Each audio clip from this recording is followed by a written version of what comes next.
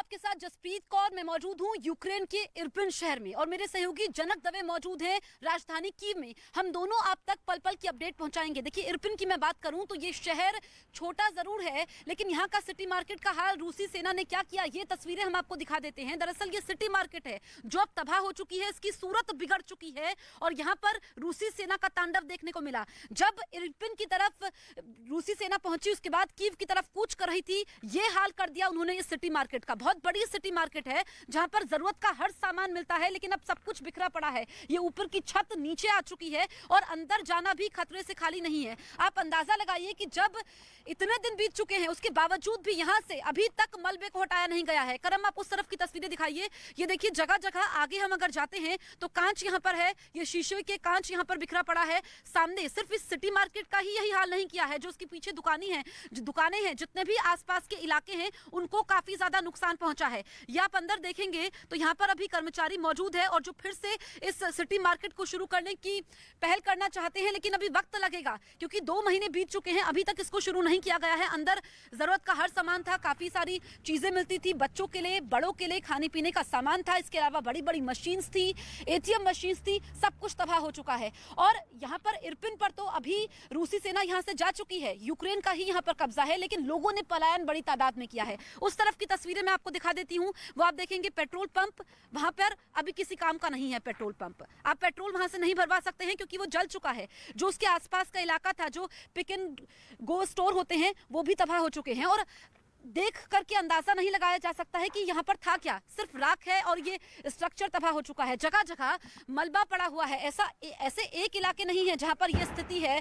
अब एक तरह से कहा जाएगा कि बहुत खूबसूरत देश है यूक्रेन, लोग यहाँ पर घूमने आते हैं, परिवार के साथ छुट्टियां बिताने आते थे, लेकिन अब ये देश बदहाल हो चुका है। इसके कई शहर ऐसे हैं जो रूसी सेना की जद में आए, उसके बाद वो सब कुछ तहस नहस करके चले गए। अब हम ज़ेलेंस्की की बात अगर करें तो ज़ेलेंस्की की मदद यूरोप कर रहा है। ज़ेलेंस्की चाहते हैं यूरोप मदद करे और यूरोप के लिए ज़ेलेंस्की की मदद करना मजबूरी बन गया है। दरअसल अगर रूस ये युद्ध जीत जाता है तो फिर यूरोप के अस्तित्व पर संकट खड़ा हो जाएगा। ये पूरा खेल क्या है, एक रिपोर्ट के जरिए हम आपको समझाते हैं।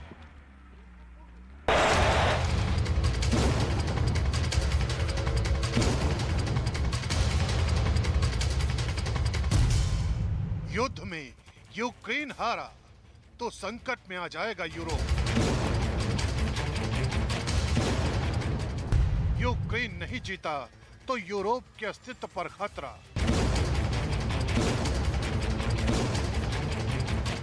पिछले 2.5 महीने से पुतिन जो जंग लड़ते आ रहे हैं, कहने को वो जंग यूक्रेन के खिलाफ लड़ी जा रही है, लेकिन इस जंग से बाइडेन और नेटो के सदस्य देशों की प्रतिष्ठा सीधे सीधे जुड़ी हुई है, क्योंकि इस जंग के पहले दिन से नेटो के देश और खुद अमेरिका ज़ेलेंस्की का साथ देते आ रहे हैं। और अब दावा किया जा रहा है कि अगर यूक्रेन ये जंग हार गया तो यूरोपीय देशों के अस्तित्व पर ही खतरा आ जाएगा।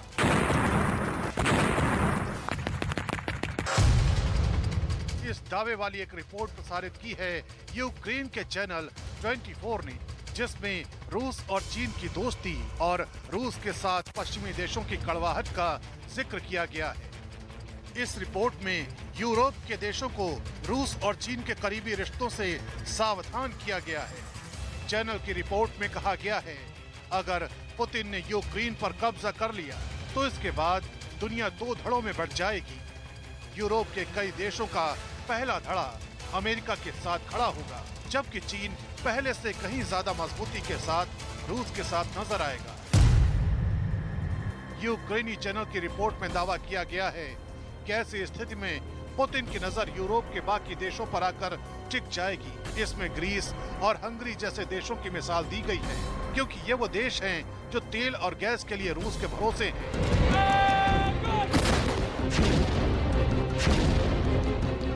यही नहीं, दावा तो ये भी है कि बदली हुई परिस्थिति में यूरोप के कई देशों के लिए रूस और चीन की जोड़ी से जीतना करीब करीब नामुमकिन हो जाएगा। नौबत ये भी आ सकती है कि इन देशों का अपने पैरों पर खड़ा रहना मुश्किल हो जाएगा। यही नहीं, डर तो ये भी है कि यूरोप के कई देश एक झटके में आर्थिक और सैन्य रूप से बर्बाद हो जाएंगे। मतलब ये कि यूक्रेन की जीत सिर्फ यूक्रेन के लिए ही नहीं, रूस के भरोसे रहने वाले यूरोप के कई देशों के लिए भी जरूरी है। हालांकि यूक्रेनी चैनल ने जो रिपोर्ट दिखाई है उसके पीछे का एक सच है यूरोप के कई देशों की रूस से पुरानी नजदीकी, जो अब यूरोप के देशों पर ही भारी पड़ती दिख रही है। असल में यूरोप के कई देशों से हथियार रूस पहुंचते रहे हैं। इनमें जर्मनी और फ्रांस जैसे देश भी शामिल हैं। यही नहीं, करीब 10 मुल्क कुछ महीने पहले तक रूस को हथियार भेज रहे थे। अब ये देश युद्ध के बीच रूस पर कड़े प्रतिबंध लगा रहे हैं, लेकिन दावा ये है कि इन्हीं देशों से मिल रहे हथियारों का इस्तेमाल रूस यूक्रेन के खिलाफ कर रहा है। 2014 में जब रूस ने क्राइमिया पर कब्जा किया था, तभी से रूस की फौज को हथियारों की बिक्री पर रोक लगा दी गई थी। लेकिन बाद में यूरोप के बड़े देश कारोबारी फायदे के लिए रूस को हथियार बेचते रहे।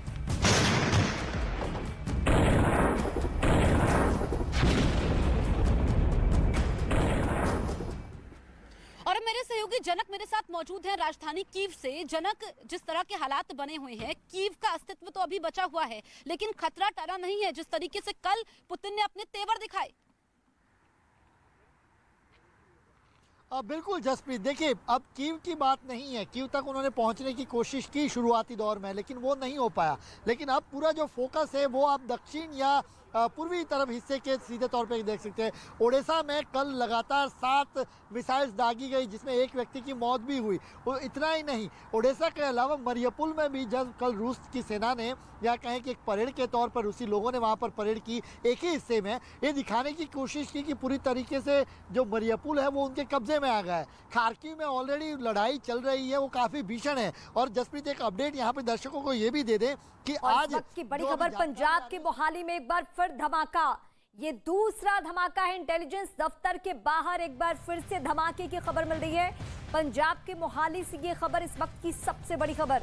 इंटेलिजेंस दफ्तर के बाहर धमाके की खबर मिल रही है। पंजाब से इस वक्त खबर अपडेट कर रहे हैं हम आपको, जहां मोहाली में एक बार फिर धमाके की खबर मिल रही है। और ये दोबारा जो धमाका हुआ है वो भी कहाँ हुआ? इंटेलिजेंस दफ्तर के सामने। अब समझिए, ये पंजाब सीमाई इलाका है, सरहदी इलाका है, यानी जो ये पूरा राज्य है वो ही सेंसिटिव रहता है, क्योंकि पाकिस्तान की सीमाएं बेहद करीब है। और वहां के इंटेलिजेंस दफ्तर के सामने एक नहीं बल्कि 2 बार धमाका होना अपने आप में कई सवालों को लेकर सामने है।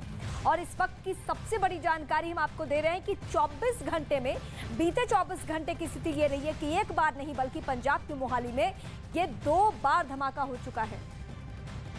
और प्रशांत इस वक्त हमारे सहयोगी हमारे साथ जुड़ चुके हैं फोन लाइन पे। प्रशांत, ताजा अपडेट। बहुत अहम खबर है रीमा इस वक्त की, ये कि 24 घंटे से भी कम वक्त यानी 17 घंटे के भीतर 2 धमाके। एक तो एकदम स्पष्ट था, बिल्कुल साफ था कि आरपीजी से ये हमला हुआ है, लॉन्चर से दागा गया है और उस इमारत पर दागा गया है जो बेहद संवेदनशील इमारत है। यानी कि पंजाब पुलिस में जो मोहाली में मौजूद है बिल्डिंग, जिसे इंटेलिजेंस का हेडक्वार्टर कहा जाता है, उस पर दागा गया है। लेकिन आसपास के इलाके में एक और विस्फोट की खबर आ रही है, लेकिन ये कितनी तीव्रता का है, किस तरह का विस्फोटक इस्तेमाल किया गया है, अभी आधिकारिक तौर पर इसकी पुष्टि नहीं की गई है। लेकिन इस तरह की अगर बहुत कम समय। ठीक है प्रशांत, मैं एक बार फिर आपका रुख करूंगी। फिलहाल शुक्रिया। तो इस वक्त हम पंजाब की घटना से आपको वाकिफ करा रहे थे कि पंजाब में बीते 24 घंटे में यानी मोहाली में इंटेलिजेंस दफ्तर के सामने 2 बार धमाके हो चुके हैं। और इस वक्त हम यूरोप की बात करेंगे। यूरोप के किन किन देशों से रूस को हथियार सप्लाई हो रहे हैं, हथियार मिल रहे हैं, इसे लेकर एक संस्था ने इससे जुड़े आंकड़े जारी किए हैं। संस्था का यह दावा है कि यूरोप के देश खुद उसे हथियारों के सौदों से जुड़ी जानकारियां देते हैं। अब हम आपको डिटेल जानकारी आपसे साझा करते हैं, जिसके आधार पर यह रिपोर्ट बताती है कि इस रिपोर्ट के मुताबिक अकेले फ्रांस की अगर हम सिर्फ बात करें, सिर्फ फ्रांस की बात करें तो 152 मिलियन यूरो मतलब तकरीबन 1200 करोड़ रुपए के हथियार 2014 से 2020 के बीच में रूस को बेचे गए हैं। अब हम जर्मनी की बात करते हैं, फ्रांस के बाद। जर्मनी भी पीछे बिल्कुल नहीं है। जर्मनी ने 122 मिलियन यूरो मतलब करीब 1000 करोड़ रुपए के हथियार इस दौरान रूस को बेचे हैं। अब इटली की बात करते हैं। इटली ने भी 22 मिलियन यूरो से ज्यादा की सेना के इस्तेमाल वाली गाड़ियां रूस को भेजी हैं। यानी रूस अगर दुनिया में दूसरे नंबर का ताकतवर देश है तो क्यों है, ये हम आपको बता रहे हैं। भारतीय रुपए में ये कीमत यानी जो अभी तक हमने आंकड़ा बताया है उसकी कीमत कितनी है? करीब 180 करोड़, जिसके अलावा ऑस्ट्रेलिया, बल्गेरिया, और चेक रिपब्लिक समेत यूरोप के कुल 10 ऐसे देश हैं जिन्होंने हथियार और सेना के इस्तेमाल की चीजें रूस को एक्सपोर्ट की है। पुतिन का Europe plan victory day parade के दिन ही शुरू हो गया था। पुतिन ने विक्ट्री डे पर दिए 11 मिनट का भाषण दिया, जिसमें कई दफा उन्होंने यूरोप का नाम ले लिया। अपने भाषण में पुतिन ने पश्चिम देशों से दोस्ती की बात तो कही, लेकिन साथ ही चेतावनी भी दिया। पुतिन ने यूरोप पर युद्ध थोपने का आरोप लगाया और साफ कहा कि अगर रूस को खतरा महसूस हुआ तो वो युद्ध का एक और मोर्चा खोलने में देरी नहीं करेगा।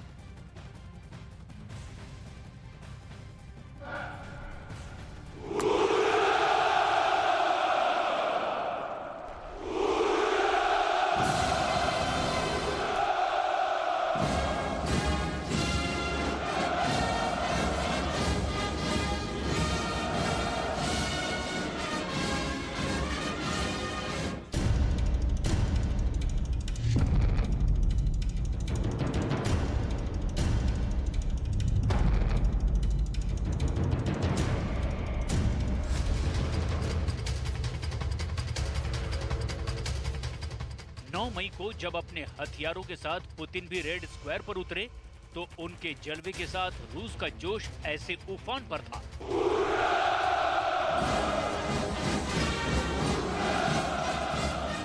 इस परेड की धमक यूक्रेन की राजधानी कीव से लेकर वॉशिंगटन डीसी तक गूंज रही थी।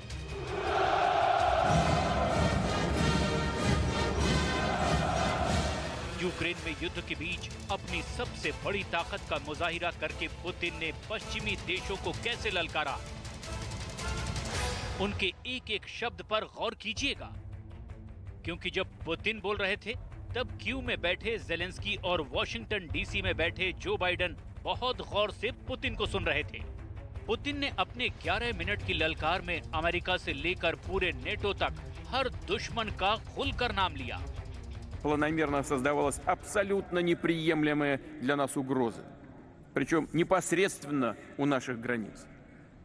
Все говорило о том, что столкновение с неонацистами, бандеровцами, на которых США и их младшие компаньоны сделали ставку, будет неизбежным. Повторю, мы видели, как разворачивается военная инфраструктура, как начали работать сотни зарубежных советников. पुतिन ने इस परेड के जरिए बताया कि उनकी तैयारी बहुत बड़ी है। ये विक्ट्री डे परेड की वो तस्वीरें हैं जो रूस का वो खौफ है जो सोवियत संघ के जमाने से पश्चिमी देशों के दिलो दिमाग में बैठा हुआ है। रूस की नजर यूक्रेन के पूर्वी हिस्से पर है और इस युद्ध में पुतिन की फौज यूक्रेन के 2 और टुकड़े करने का इरादा रखती है। पुतिन ने जो बड़ी बातें बताई उसमें डॉनबास का नाम लिया गया। पुतिन ने 11 मिनट के भाषण में ज़ेलेंस्की को बता दिया कि वो अब क्राइमिया की तरह डॉनबास को भी भूल जाएं।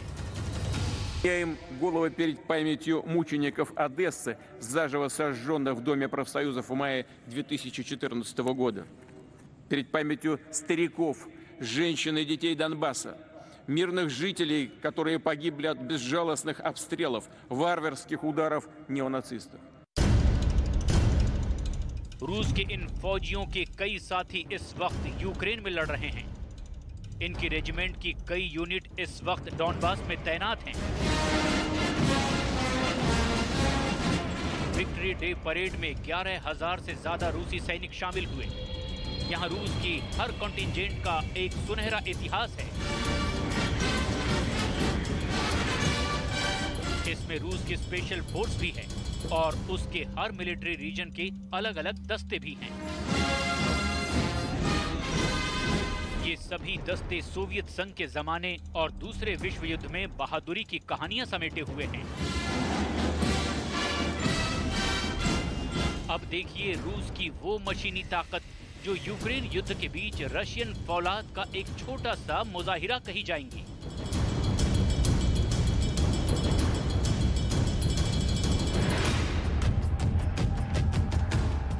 ये है T-15 इन्फेंट्री फाइटिंग व्हीकल, जिसे रूस की फौज की नई बख्तरबंद सवारी कहा जा रहा है। ये BMP फाइटिंग व्हीकल का आधुनिक वर्जन है।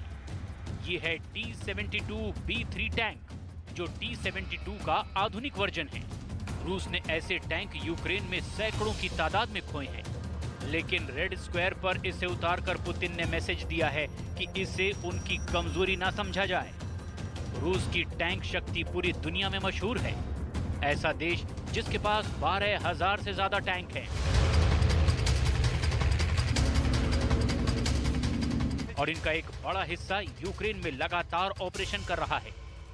यूक्रेन में इस वक्त 3 तरह के टैंक रूस इस्तेमाल कर रहा है।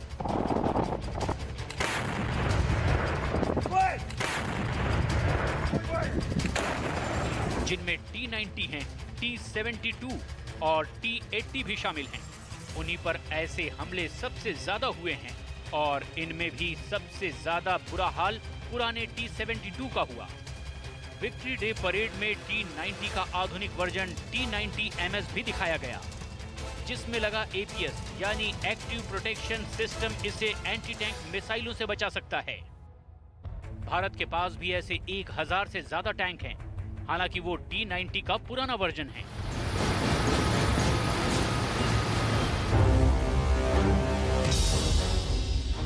इस बीच जब रूस रेड स्क्वायर पर T-90 का नया वर्जन T-90M दिखा रहा था, तब ऐसा ही टैंक यूक्रेन में तबाह कर दिया गया और इसके कुछ वीडियो यूक्रेन के रक्षा मंत्रालय ने रिलीज किए।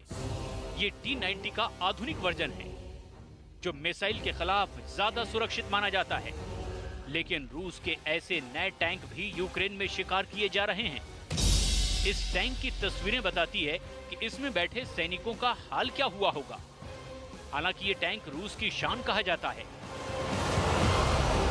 वहीं रूसी फौलाद में सबसे बड़ा और सबसे नया नाम T-14 भी फिर एक बार रेड स्क्वायर पर उतरा।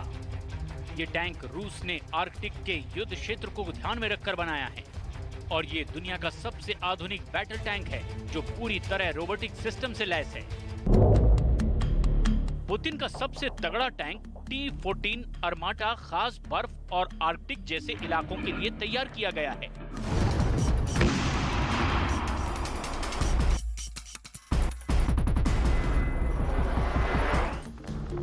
T-14 को रूस की सेना में गेम चेंजर कहा जाता है, लेकिन T-14 को पुतिन ने यूक्रेन में नहीं उतारा है। इसे खास आर्कटिक रीजन के लिए ही बनाया गया है, जो पूरे साल बर्फ से घिरा रहता है।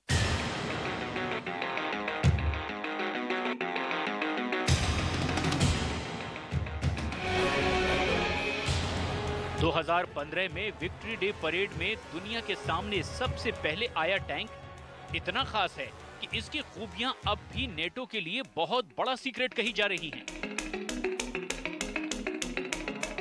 ये टैंक बहुत खास है। इसकी बनावट देखिए, इसका डिजाइन देखिए। बेल्ट के बीच 6 पहियों की बजाय इसमें 7 पहिए लगे हैं। 125 मिलीमीटर की इसकी तोप पूरी तरह ऑटोमेटिक तरीके से लोड की जाती है। ये गोले भी दागती है और मिसाइल भी। आर्कटिक इलाके में लड़ने के लिए तैयार ये टैंक दुनिया का सबसे आधुनिक और सुरक्षित टैंक माना जाता है।